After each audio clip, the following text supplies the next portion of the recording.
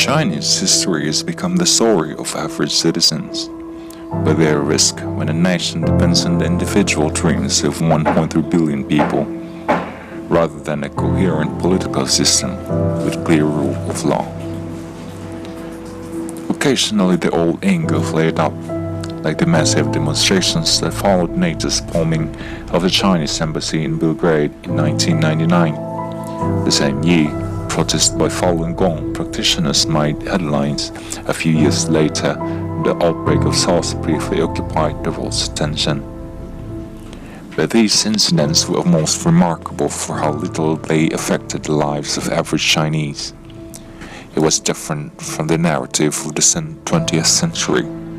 After 1900, when the Boxer Rebellion swept across Beijing, every decade included at least one major political upheaval.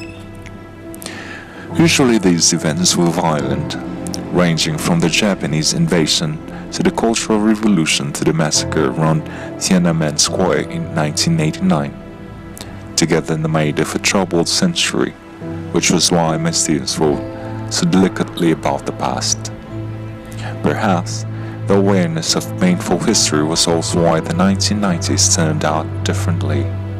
It became modern China's first decade with a major upheaval, and thus the 21st century has also been peaceful.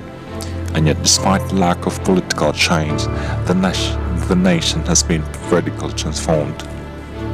For 3 decades the economy has grown at an average annual rate of nearly 10%, and more people have been lifted out from poverty rather than any other country at any other time.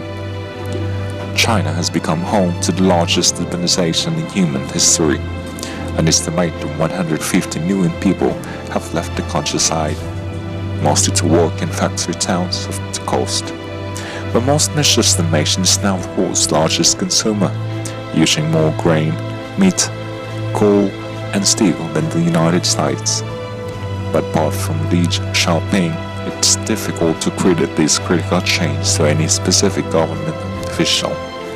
The Communist Party's main strategy has been to unleash the energy of the people, at least in the economic sense. In today's China, government is decentralized and people can freely start business, find new jobs, move to new homes. After a century of powerful leaders and political turmoil, China's history has become the story of average citizens.